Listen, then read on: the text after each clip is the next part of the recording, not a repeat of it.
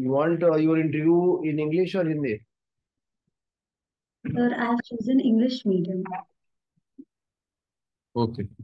So now, right now you are at your home. Where is that? Yes, sir, I'm in my home, Which place? Deoghar, Jharkhand. Okay. Hmm.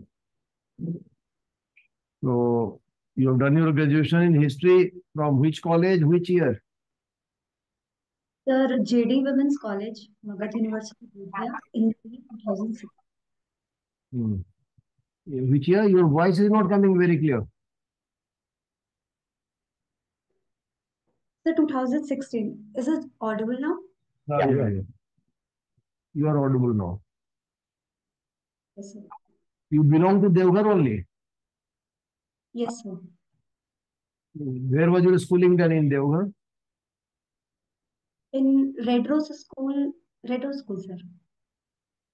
There is another school, St. Francis in Devghar. St. Francis. No, sir, it's not San Francis, it's Red Rose School. I know that. Are you aware about St. Francis School, which is there in Devghar? Yes, sir, it's there in the. You have you have not done any classes there. No, sir, there are actually many schools in there. One of them is San Francis. Hmm. Okay, it's fine. Uh, in Jharkhand, there are some smart cities. Which are the smart cities selected in the state of Jharkhand? Sir, one of the city is that is Deoghar, and other I don't know much. Devghar is one. Ranchi is one. Yes, Ranchi. sir. Thank you, sir. Devghar is also a smart city. So it's the. Can you see the development of Devghar under a smart city scheme? Is it visible? So I have seen some positive things. For example, there is a bridge that is constructing in the Satsang area. So that is connecting to the national highway to our city. And apart from that, there is an ongoing project that will happen in around the Mandir, Pavadham Mandir. So there is an ongoing project. There is a lot of fuss about it, and maybe in future we will see just Mahakal like project in our district also. Mhm. Yes, sir. All right. So you are only preparing for BPSC or you are doing something else also? So right now I'm preparing for BPSC only. Hmm. All right. So your own Yes. subject was history, which is very good. Then you chose anthropology. Why you chose anthro over history? Sir, anthropology actually made me is an interesting subject, and the various tribal culture, uh, I liked very much, and it gave me a new perspective. So I choose why not study a new subject if I want to prepare something. But then And from you can handle questions both on history and anthropology, right? You can take yes, history also. yes, sir. I'll try, sir. How much you know about the history around Devghar? Its cultural history, religious history. Yes, sir. Yeah. So Deoghar, the name Deoghar came because there was a mutt of mutt. So can I say it in Hindi? I can express better. हाँ, हिंदी में बोलिए आप. Yes. ठीक है sir. Sir यहाँ पर देवों का कहा जाता है, यहाँ पर देवों का मठ था.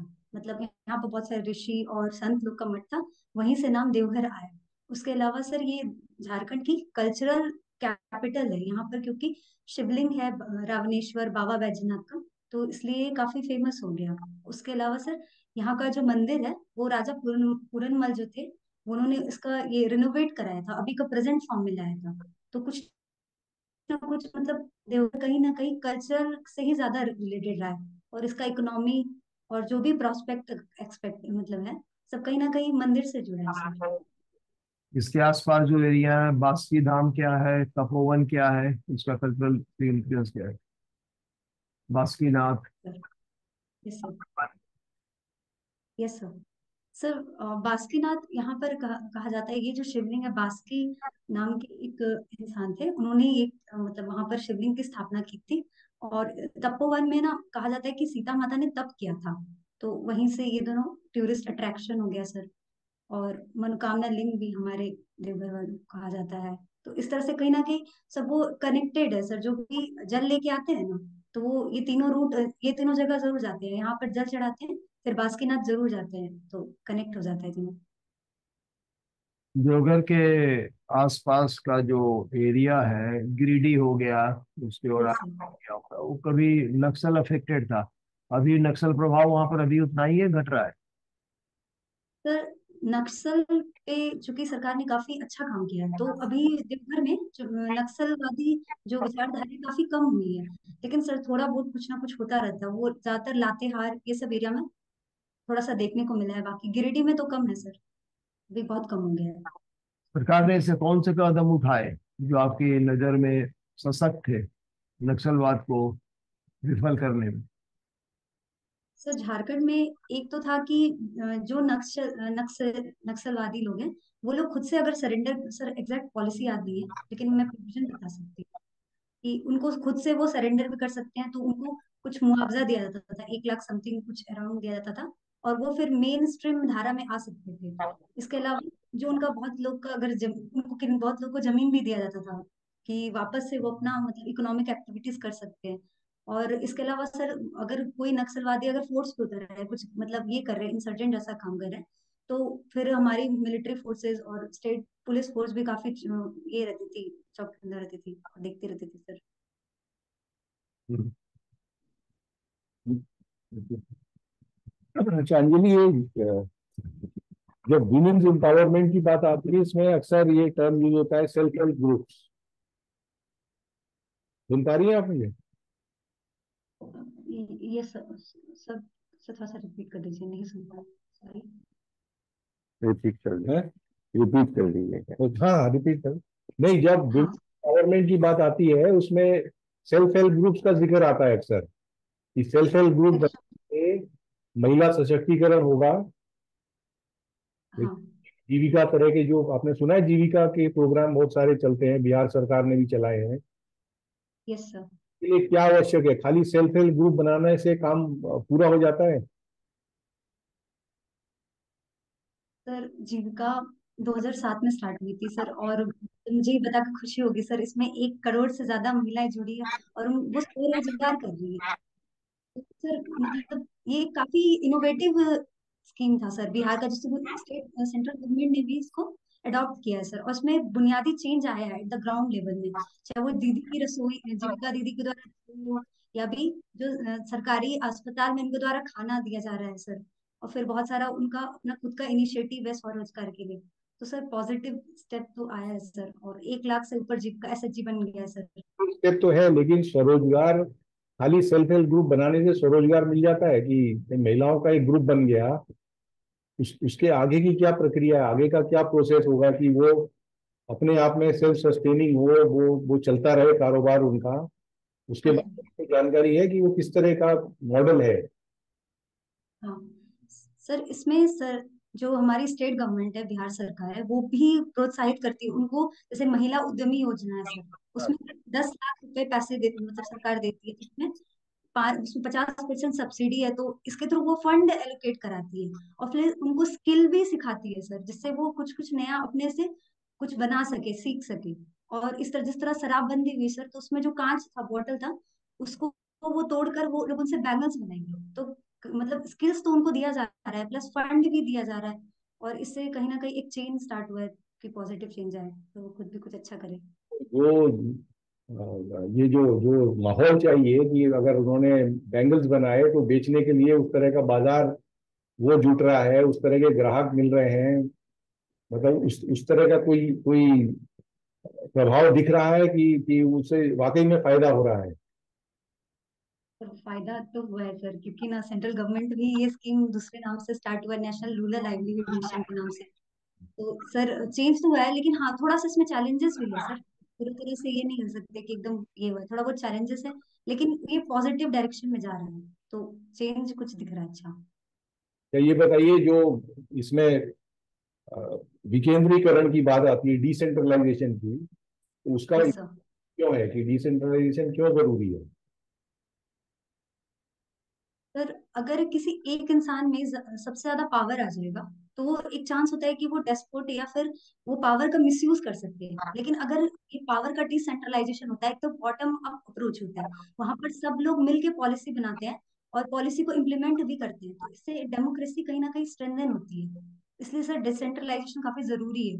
और चूंकि लोकल लेवल पे अगर हम जाएंगे तो लोकल इश्यूज को लोकल लोग ही ज्यादा समझते हैं। जो टॉप अगर हायरकी होती है वहां पर ऊपर के लोग ज्यादा लोकल को नहीं समझ पाते, तो इसलिए लोकल प्रॉब्लम्स के लिए लोकल पावर जरूरी है सर डिसेंट्रलाइजेशन। इसके लिए क्या प्रावधान है संविधान में? कुछ इसके लिए स्पेशल फीचर है हमारे संविधान में? Yes sir. सब इसमें 73rd अमेंडमेंट के थ्रू जो पंचायती राज इंस्टीट्यूशन किया गया सर, वो स्टेट को पावर देती है कि आप 3 टियर या फिर अपने अनुसार पंचायत बना सकते हैं स्टेट में।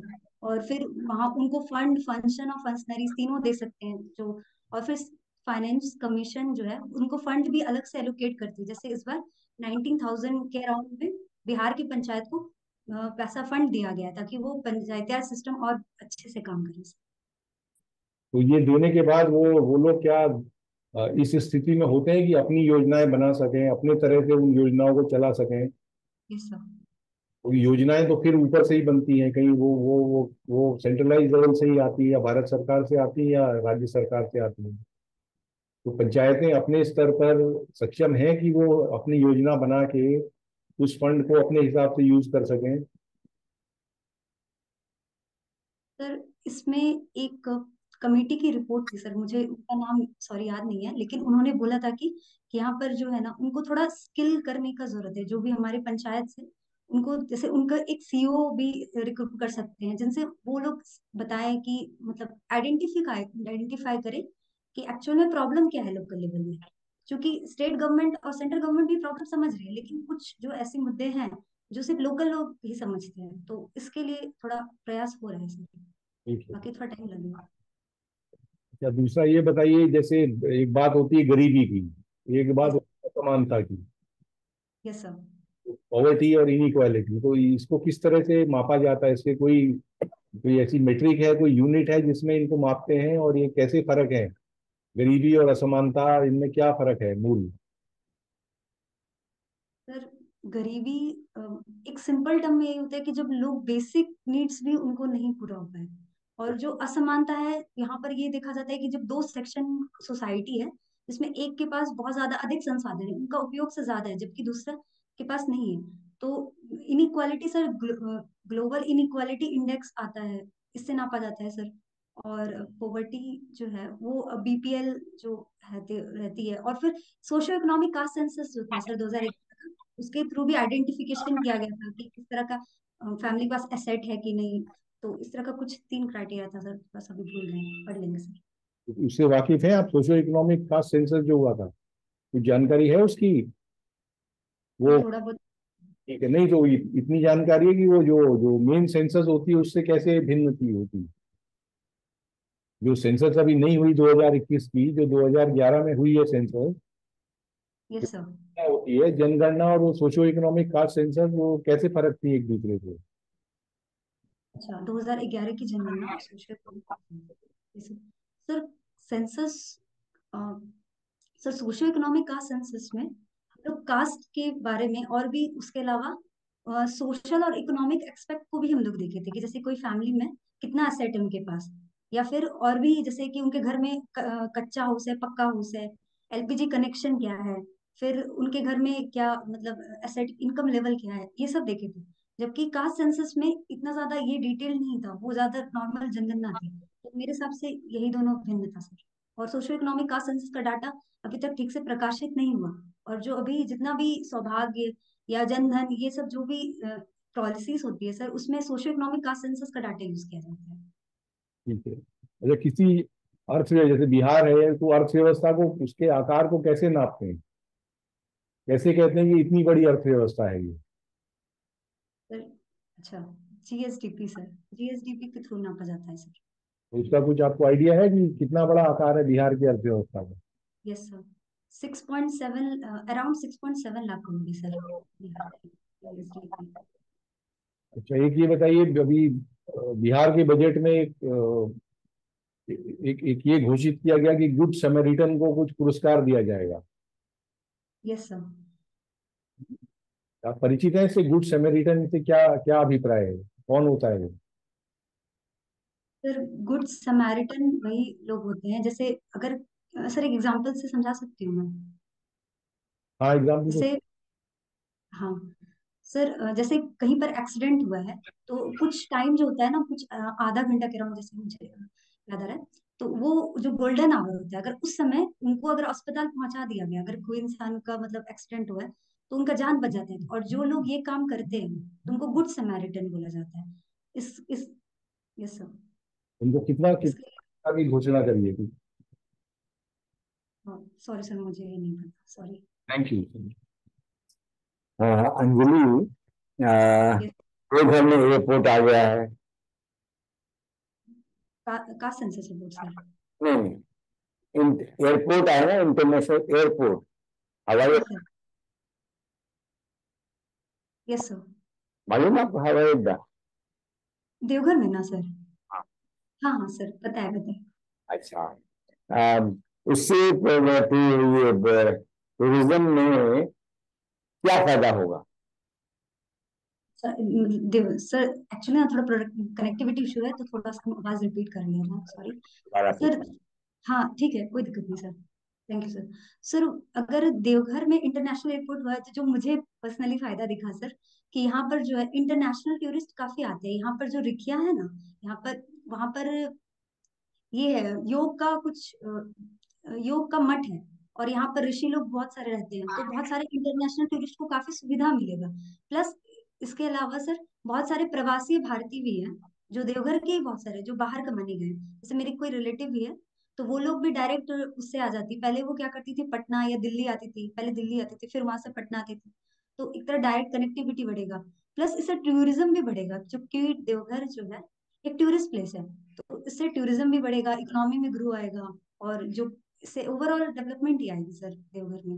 और एक नाम भी हो गया सर देवघर में इंटरनेशनल लाइन। नहीं, देखा गया है, जब टूरिज्म बढ़ता है डेवलपमेंट पे बहुत बुरा भी असर पड़ता है। देवघर बहुत बड़ा सिटी नहीं है अभी तो। मुझे जो देवघर की आदत 3-4 साल से, बहुत साफ सिटी है, रिलीजियस प्लेस, इतना साफ नहीं देखा। आवाज आ रही है नहीं आ रही बेटा? ये सर आ रही है, सर आ रही है। कैसे इसको ध्यान रखेंगे कि ऐसा अनएक्सप्लोर्ड बिल्कुल ये बढ़ता चला जाए, टूरिस्ट डेवलपमेंट के लिए खूब खोल दिए होटल, ये सब को कैसे देखना चाहिए? सर इस पे ना मुझे लगता है हमारे पड़ोसी देश जो भूटान है, हम उनसे सीख सकते हैं। उन्होंने काफी इको टूरिज्म को प्रमोट किया। वो लोग मतलब कोशिश करते हैं कि टूरिस्ट उनके इतने ही आए जितना मतलब वो लोग सस्टेन कर पाए, और पूरा प्रॉपर मैनेजमेंट उन्होंने किया है, जैसे वेस्ट डिस्पोजल, और उसके अलावा टूरिस्ट का कैसे मैनेजमेंट करना है, क्योंकि बहुत सारी भीड़ भी आ जाएगी तो स्टैम्पेड भी होता रहता है सर। हमारा श्रावणी मेला में हमेशा न्यूज आता है कि कुछ ना कुछ स्टैम्पेड भी भगदड़ मच गया। तो थोड़ा सा एडमिनिस्ट्रेटिव साइड से भी मैनेजमेंट अच्छा हो सकता है। उसके अलावा सर हम लोगों को भी अवेयर कर सकते हैं कि आप अगर जा रहे हैं तो पूरा रूल्स फॉलो करिए, और प्लस प्रॉपर जो व्हीकल है उसका मैनेजमेंट अच्छे से कर सकते हैं। तो कुछ स्टेप्स है, प्लस यहाँ पर लोकल सिटीजन है, उनको भी थोड़ा बहुत बताया जा सकता है कि आप किस तरह टूरिस्ट को गाइड करिए, किस तरह से आपको सब कुछ करना है कि हमारा शहर भी साफ रहे, और जो बेसिक नीड्स भी वो पूरी होती रहे हमारे भी, क्योंकि हम लोग भी परेशान थोड़ा हो जाते हैं सर, ये भी है। असल की बात है, जो सावन का महीना आता है, कुछ आपको यस। अंदाज है देवघर में कितना समय लगता है? क्योंकि मैं खुद रह रहा हूँ, कुछ आपको मालूम है पूरी प्रक्रिया को ठीक बनाने के लिए, व्यवस्था बनाने के लिए कितना जिला प्रशासन को समय लग जाता है? Yes sir. यस समय कुछ अंदाज?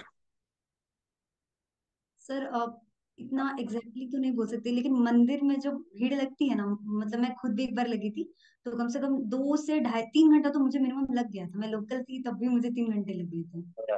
हम प्रशासन 5-6 महीने, तो मुझे जो होता है किसी हम किसी वे की व्यवस्था होती रहती है। अब आप आइए, आपने अच्छा बताया इको टूरिज्म के बारे में। एक जो मैंने आप को मैं हिंट करना फिर डायरेक्टली पूछता हूँ। एक जो चीज है, मैंने सिंदूर, आप सिंदूर जानती हैं जो लेडीज लगाती हैं सर में, केसरी सर, मैं जानती हूँ सिंदूर। एडवर्टीजमेंट या तो मैंने देवघर में देखा या साहब बीबी और गुलाम की पिक्चर में देखा मोहिनी सिंदूर। क्या सोहिनी, कैसी है वहां पर सिंदूर की इंडस्ट्री? एक आध नाम बताइए वहां के सिंदूर की, कौन सी फेमस है? सर बाबा सिंदूर बहुत फेमस है, मेरे भैया का दुकान है तो बहुत फेमस है। और ना ये देवघर में ही इसकी इंडस्ट्री है सर, वो हम मतलब हमारी कोई पहचान नहीं है, तो दूर का पहचान है, तो उनका ही इंडस्ट्री है, तो काफी बिकता है यहाँ पर। अच्छा, ये बासुकीनाथ में जो प्रसाद मिलता है वो किस चीज का मिलता है, क्या प्रसाद में देते हैं? सर देवघर और बासुकीनाथ में इलायची दाना, पेड़ा, प्रसादी चूड़ा, ये सब बहुत चलता है। पेड़ा बहुत फेमस है। ये पेड़ की कुछ फेमस दुकानों के नाम बताइए। दुकान बासुकीनाथ का सर, नहीं, जो भी कोई पेड़ा फेमस हो बताइए। पार्वती पेड़ा भंडार सर, मेरे पापा वहीं से लेके आते हैं। वो उनका ना थोड़ा क्वालिटी अच्छा रहता है। बाकी सर कुछ कुछ शॉप अभी भी अच्छी है, लेकिन बहुत लोग मिलावट भी करते हैं सर, ये भी है। आपको देवघर के बारे में मालूम है, बहुत अच्छा लगा। आज ये बताइए दीदी, आप अभी क्या कर रहे हैं? सर अभी सर मैं बीपीएससी की ही तैयारी कर रही थी सर, और अभी 68 का दिया था मैंने, पर मेरा उसमें नहीं हो पाया क्योंकि मेंस के बाद तैयारी में थोड़ी कमी हो गई थी और तबीयत खराब हो गई थी मेरी। आज तो मेरे झारखंड की सर्विस का भी आप तैयारी करेंगे? झारखंड। सर यस सर, मैंने दिया था लास्ट वाला, लेकिन चूंकि मैं झारखंड को ज्यादा मतलब तैयारी नहीं करती, मैं शुरू से मेरी बीपीएससी पे फोकस थी, तो मैं उस पे नहीं निकल पाया सर मेरा। क्यों है, आप देवघर में रहती हैं, आपका फोकस बीपीएससी है, आपका करेक्शन कैसा क्यों? सर झारखंड और बिहार सर शुरू से ही एक था, अभी 2015 नवंबर को वो लोग अलग हुआ। और बिहार से मेरा जुड़ाव बहुत पहले से है सर, मेरे बुआ, मेरी दादी, मतलब मेरी बुआ और मौसी अधिकतर सब लोग वहीं रहते, तो मेरा हमेशा से आन जाना रहता ही है। तो काफी जुड़ा हुआ महसूस करती हूँ सर। बाकी झारखंड तो मेरा स्टेट है ही, तो मैंने उसका भी दिया था, पर चूंकि मैं फोकस इसी में, तो उधर ही देना था। आप बताइए, आप में वो कौन से गुण हैं जिनकी वजह से हम सब लोग बैठे तीनों लोग हैं आज एक कुशल प्रशासक सिद्ध होंगे? क्या वो गुण है?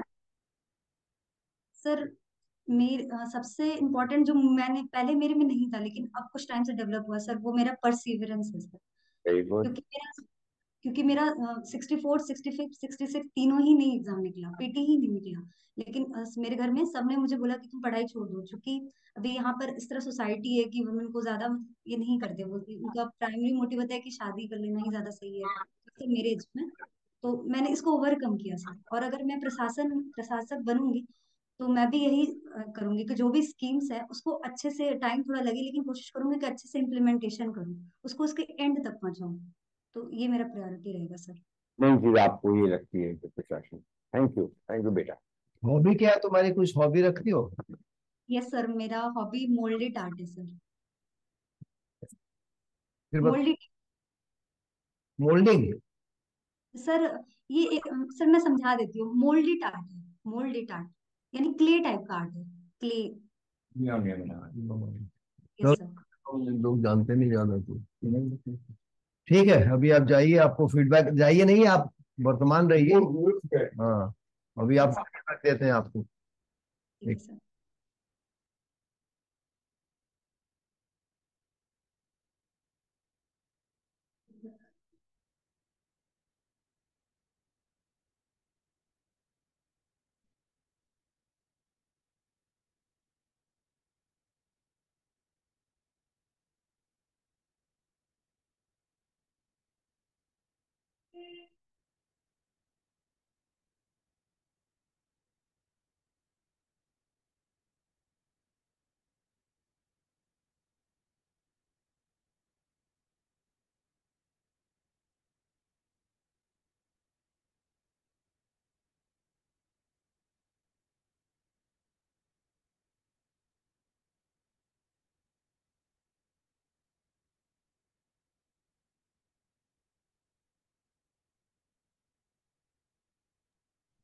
हाँ, विद्या, वो क्या नाम था इसका? अंजलि। अंजलि, सुन पा रही हो? यस सर, यस सर, पूरी तरह से। हम लोग को काफी सेटिस्फैक्ट्री लगा तुम्हारा परफॉर्मेंस। एक तो तुम्हारा उत्साह और एनर्जी लेवल बहुत अच्छा है। और दूसरा ये है कि इंफॉर्मेशन भी बीपीएससी के हिसाब से बिल्कुल ठीक ठाक है आपका। बहुत सब पूछा गया लेकिन करंट अफेयर पे हमने कुछ नहीं पूछा आपसे। करंट यस कुछ पढ़ रहे हो आजकल, क्या कैसे पढ़ाई कर रहे हो करंट अफेयर का? सर, करंट अफेयर के लिए मैं हिंदू पढ़ रही हूँ, और थोड़ा बहुत जो अभी करंट में ज्यादा चल रहा है, जैसे कि G20 चल रहा है, और अभी बिहार का कास्ट सेंसस हुआ है सर, तो थोड़ा बहुत मैं उसको देख रही हूँ कि क्या मतलब थोड़ा बहुत करंट अफेयर मेरे लिए। और अभी जो नोबेल प्राइजेज मिलने शुरू हो गए हैं, ठीक है, यस सर। Yes sir. कल मिल भी गया, उसमें केमिस्ट्री में मिल गया, यस इसका सर। पहले कुछ और कल मिला है, किस में मिला था वो, तो उसको उसमें सवाल पक्का पूछ देगा कि जो यस सर। किस इशू पे मिला है, केमिस्ट्री में क्या काम किया, फिजिक्स में क्या काम किया, वो आप देखते रहिएगा उसको ठीक लगातार। है सर। ठीक है करेंट। सर। और मुझे कोई त्रुटि नहीं लग रही है, बिहार के बारे में अच्छे से अगर जानती हो तो बाकी पर्सनालिटी टेस्ट तुम पास कर लोगे, पर्सनालिटी टेस्ट को अच्छे से कर लो पाओगे तुम। हम्म, नहीं, बाकी सब जो कह रहे हैं अच्छा है, पेड़ा पेड़ा खा के जाओ इंटरव्यू के लिए, कोई चिंता की बात नहीं है। और बाकी इन चीजों को थोड़ा ब्रशअप कर लो, जो जैसे आपने एसएचजी पे बताया वो बात ठीक है, लेकिन यस सर। जैसे बजट में कही जाती है या सरकारी डॉक्यूमेंट में कही जाती है, उसका वो उसकी अगली स्टेज ये होगी कि एसएचजी जो है वो क्लस्टर फेडरेशन बनाए, उसके बाद कोऑपरेटिव बनाए, बैंक से उन्हें लोन मिले, यस सर। आप में वो सेल्फ सस्टेनिंग एक संस्था बन जाए। तो खाली नंबर से एसएचजी के बनने से कुछ नहीं होगा। ठीक है सर।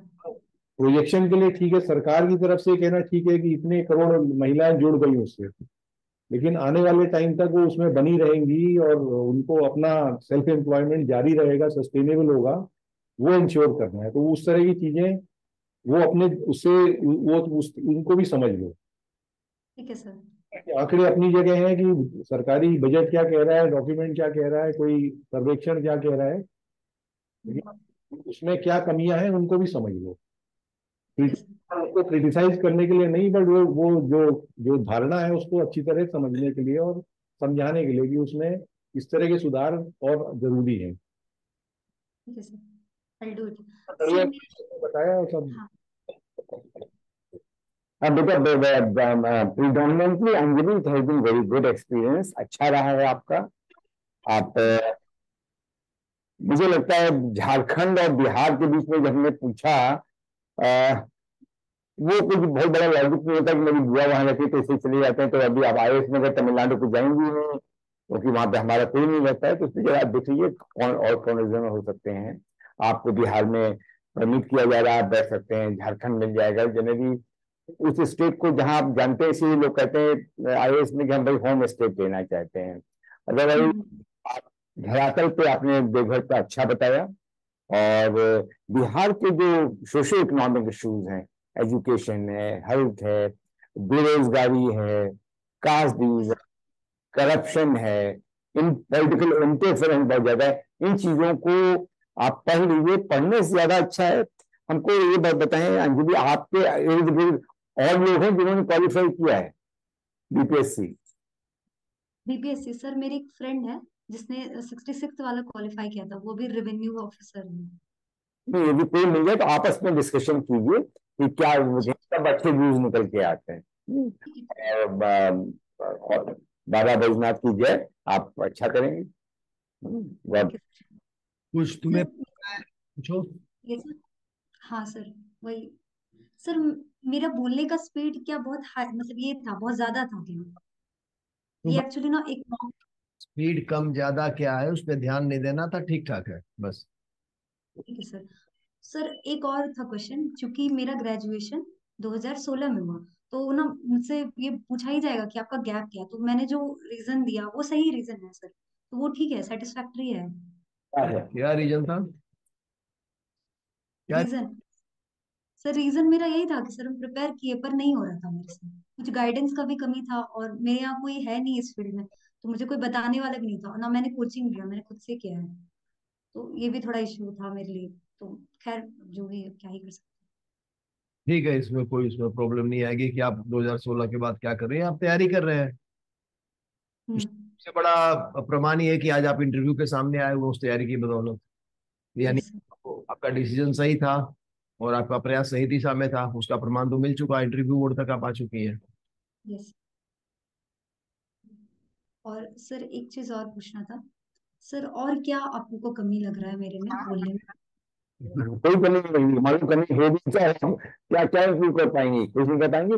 जैसा आप बताइए आप कैसे होंगी डेट, हम लोग को भी नहीं है, वो आप सोचिए जिसमें आपको कॉन्फिडेंस लगता है वो ड्रेसअप कीजिएगा। You are looking sober, personality आपकी लग रही है वो होनी चाहिए, हंस रही हैं आप, थोड़ा सा वहां बहुत सीरियस मत हो जाइएगा, सब अच्छी चीज है। ठीक है सर, थैंक यू सर। अब उसमें इतना ही और है कि जो जहाँ पे अगर आपको जिसमें बहुत कॉन्फिडेंस नहीं है, कोई कॉन्सेप्ट पूछा जाए तो उसमें अपनी तरफ से उसे डिफाइन करने की कोशिश मत करिए उसको। अच्छा ठीक है sir. Socio economic caste census और कास्ट सेंसस, तो उसमें ये फर्क नहीं है कि जो दोनों में एक ही चीज पूछी जाती है। जो हम्म। कास्ट में पूछा गया है वो इसमें भी पूछा गया है, लेकिन ये ये ऐसी ये करी गई कि इसमें लोगों को चांस दिया गया कि आपके जो पर्टिकुलर हैं उस वो अगर गलत हैं तो उसको सुधारने का, और ये पब्लिश करी गई हर अच्छा फ्लोर के लेवल पर। सेंसस का डेटा सीक्रेट होता है, वो पब्लिश नहीं होता है। व्यक्तिगत लेवल पर आपका मेरा डेटा बाहर नहीं आता ना, तो खाली ये ठीक बस सर। 40 करोड़ जनसंख्या है बस, हाँ सही बात है। हाँ, ये नहीं आता। तो सोशियो इकोनॉमिक कास्ट सेंसस में वो सारी चीज सामने आई बहुत अच्छा चीज बताई इस सब में। कि आपका घर कहाँ है, उसमें वो होगा मेरा घर कहाँ है, इनका घर कहाँ है, कौन कहाँ रहता है, तो नाम के साथ वो चीज डोमेन में सबके लिए देखने के लिए उपलब्ध है। अच्छा और ठीक है सर, मैं पढ़ लूंगी। अगर नहीं पता है तो आप ये कहिए हाँ हुई थी, मुझे बारीकियां नहीं पता है उसकी। ठीक है सर। तो ये कहने से कि उसमें ये जो जो नहीं है किसी चीज में, आप कहिए वो था, या जो है कहिए नहीं था, वो थोड़ा विरोधाभास हो जाता है। तो वो एक ही ठीक है सर। उसमें बाकी ऐसा कुछ नहीं किया, लेकिन ये खाली एक जनरल सलाह है कि किसी उसमें भी जो चीज नहीं है मुझे पता है तो इसको मान लो कि नहीं आता है, तो ठीक है। आई ट्राई सर, ठीक है। हम पढ़ लेंगे। ठीक है sir. Okay. Thank you sir. Thank you sir.